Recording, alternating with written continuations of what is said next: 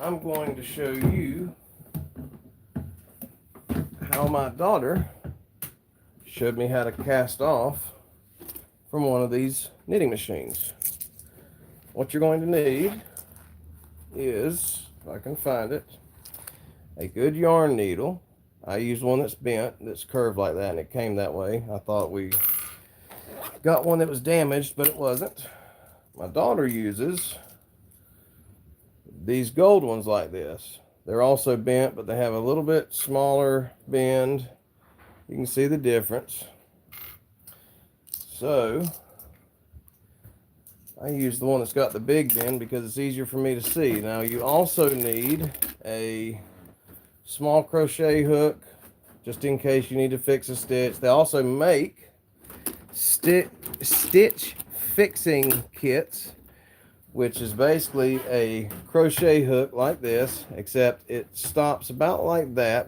It's about half the length of a normal one, and it's got a pointed end on one side and then the hook on the other side, and it's basically like a yarn needle without an eye and a crochet hook without a handle. So it's both of those. Now the reason you need that is in case you have a drop stitch, you're going to want to pull it back up through so you don't have to start over your whole hat, because if you have a drop stitch, it will unravel if you don't fix it. Now this hat, going to be a hat, has 120 rows. We alternated the colors with 2 different kinds of yarn. I'm not going to get into that right now, but I stopped after the 120th row. And what I did is, you can see, this is the back of the machine. This is the front. Now when you're cranking it and you're working, you want the front of it with the tensioner and this little thing to be facing you. Whenever I finish, my daughter does this the opposite way because she's more ambidextrous, or not ambidextrous, she's more dexterous than I am. She keeps it the same way and cast off like that. I, on the other hand, have trouble sometimes seeing, so I turn around backwards, and here's why. You cut your yarn once you're done with the number of rows, and you want about a 2-foot piece. From right here to the end is about 2 foot. And as you can see, it's on this hook right here. You can see that. It's right there on that hook. Okay, so that's the last one that it's on. And what I do is I turn it very slowly. Now when you're sitting back to the back of the machine, you have to turn it backwards towards you. If you're sitting facing the front of the machine, then you do it away from you. Okay, now there's the one that it just got on. The very next one is the first stitch you're going to have to pick up with your needle. So what I do, and you can tie it onto the yarn, you can do whatever you want.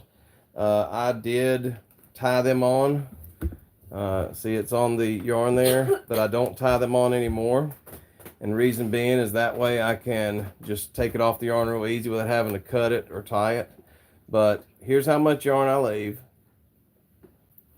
And so I do it like that, like I said, because it also goes through these stitches smoother. If you have a little knot on this thing, a lot of times it can get hung up in the stitches.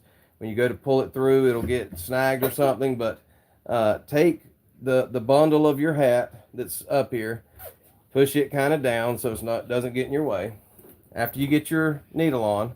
And it doesn't matter how much slack you've got when it goes through, but you don't want it to come out while you're pulling it through. So here's what I do. I get the first one. Now when that hook goes below these little pieces here, and you'll see it disappear, you can see the whole loop. Okay, you take it, stick it down in there, and when you pick up on that, you might have to zoom in, but right there is kind of what it looks like.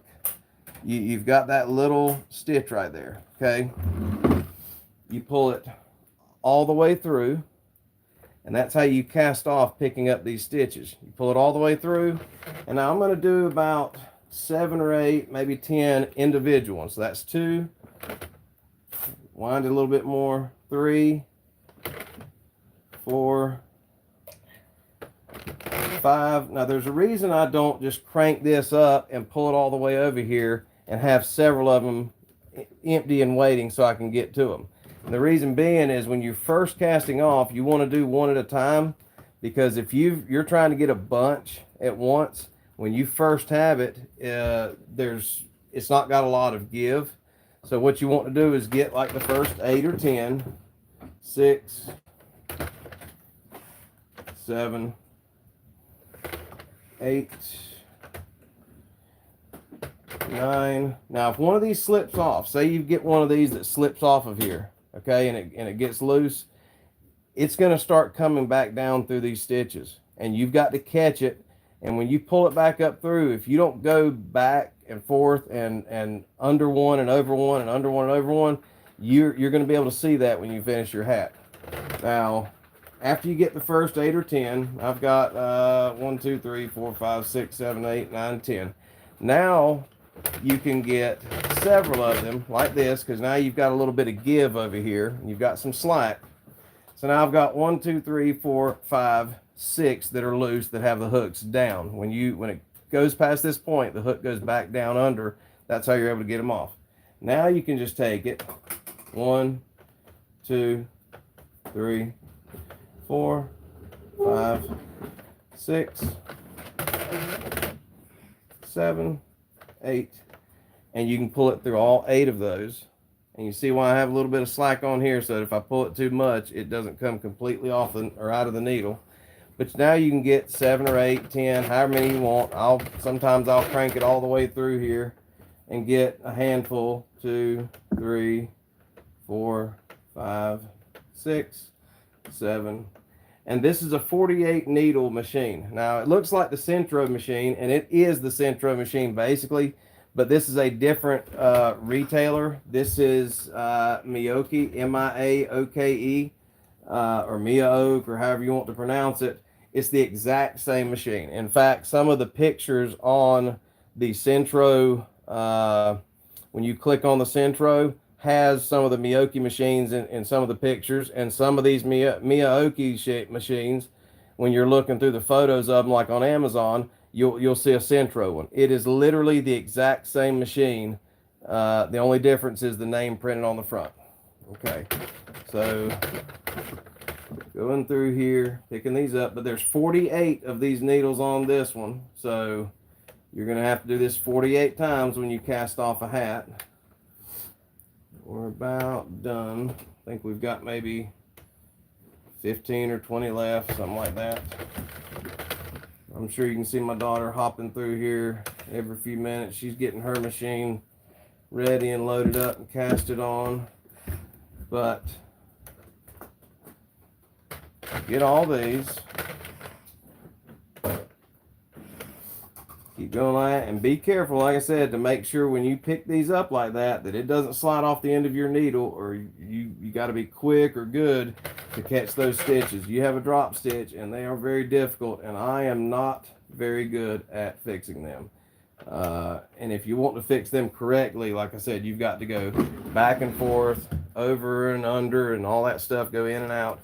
And here is what it's going to look like when you cast off of the machine. That's 120 rows, so you see how long it is. It's about 2 feet long. But I pull that tight, okay, and it's going to close up. And I don't know if you saw me doing this or not, but when you cast off, the top is going to be wanting to fold up under itself. And if you pull it tight without straightening out the top and pulling them up, you'll have little bulges here and there. So what I do is, while I'm holding it like this, while it's still open, I kind of do like this so that it unfurls. And then as it unfurls, I'm letting it hang, and then just cinch it down. When you do that, you'll have a pretty little top like this. And then from there, it's just basically going back through. And I try and go right through the top stitches if possible. And that's why I like this curved one, because you can bend it around. And instead of a straight one kind of giving you a little bit of feedback there, it'll slide right through with this bent one.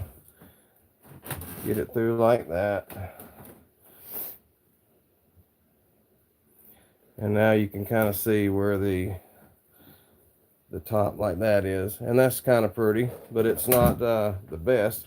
Now here's how I tie these off. This is not a sanctioned knot or whatever you want to call it. This is kind of what I figured out on my own and what works best for me. But I make a little loop like that. Got my finger in there. Take your needle, stick it into that loop. Okay, that's your first one. Now you've got it coming out of that loop. All right. Go back through the same loop.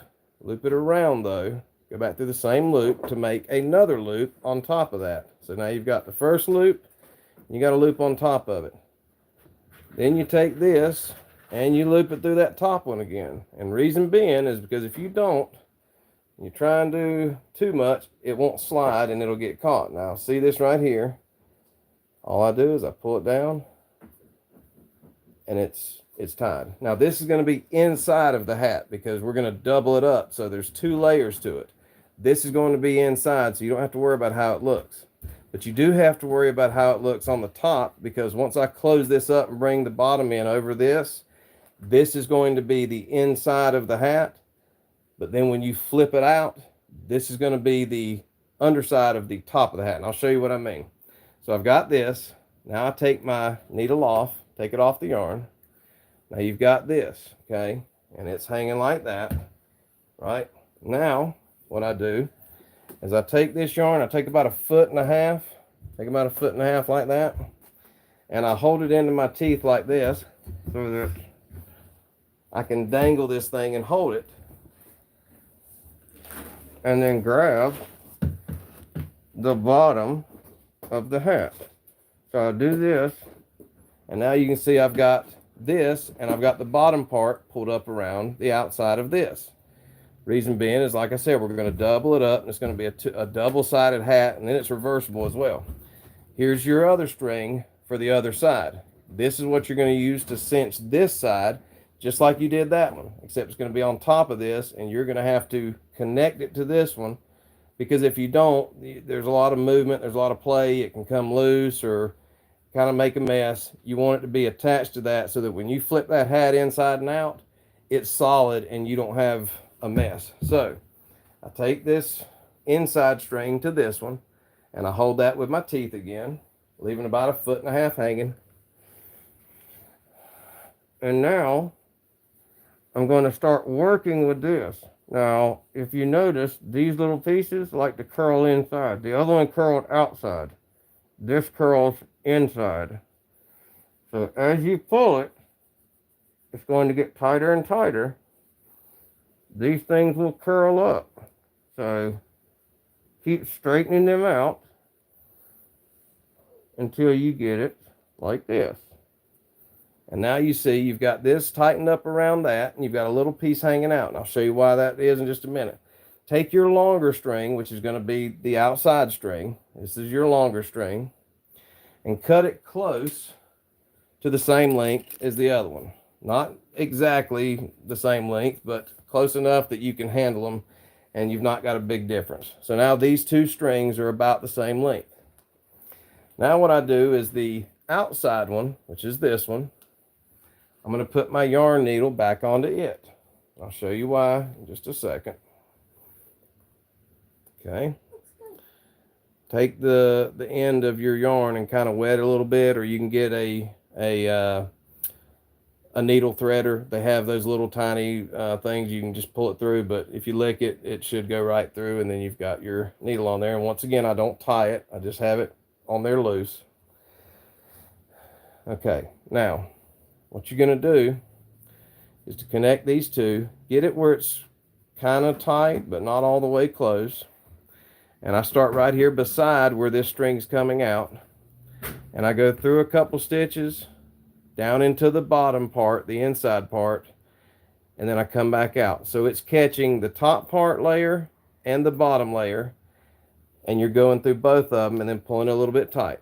Then you take this, stick it back in, go through a couple stitches, come back out.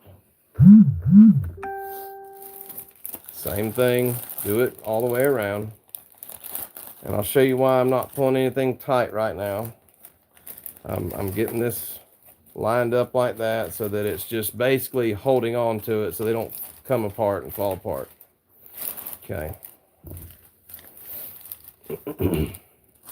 All right, now Now we've got them attached to each other. They're not going to come apart because now this thread right here, or this yarn here, is holding them together. They will not separate. Okay, keep your yarn needle on the same yarn, the outside one, the one that you were just using. Okay, and now you're going to find those top stitches for this outside layer. So you might have to kind of move it around a little bit, but you can kind of see these top stitches right here, and as best as you can, stick that needle through those top ones, go through a few of them, pull it through, and then pull it kind of tight. Not all the way, but kind of tight. Go through some more. I'm finding those top stitches that are right at the very edge. I go through them, pull it through, and as you can see, it's kind of closing up now on top of the inside layer. And that's what we're wanting it to do, is completely hide that inside layer, but we want this to be pretty and look like it's a hat, not just a bundle of knots, you know what I mean? So, all right, got that in there.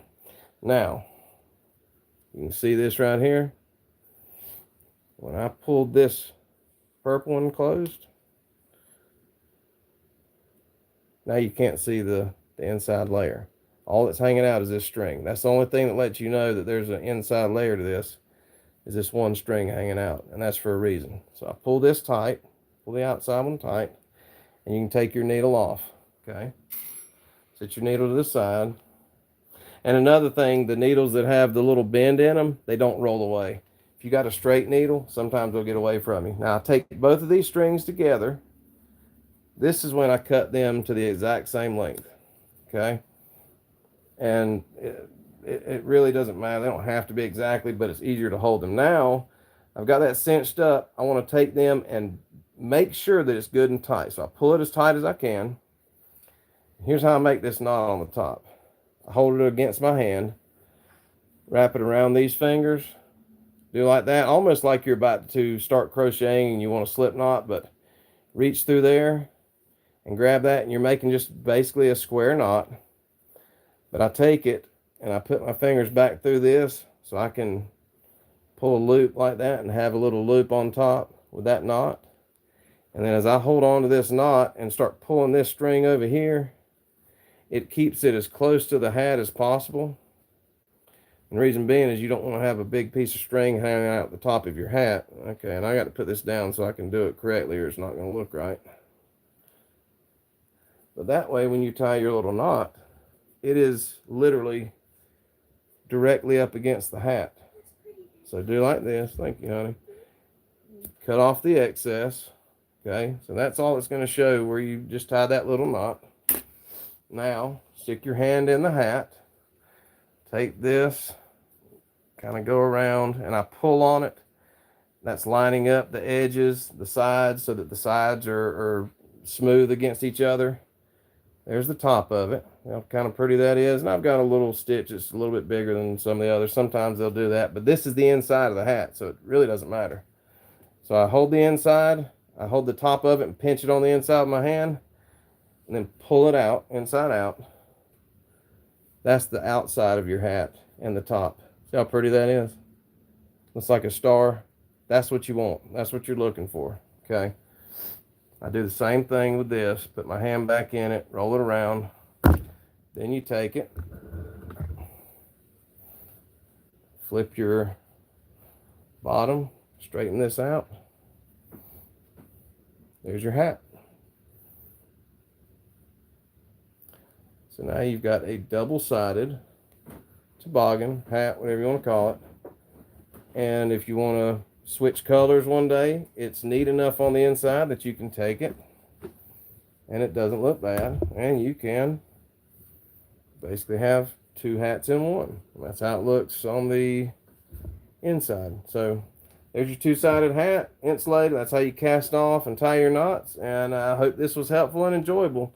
This has been That Darn Yarn, and we are out. Ready? All right.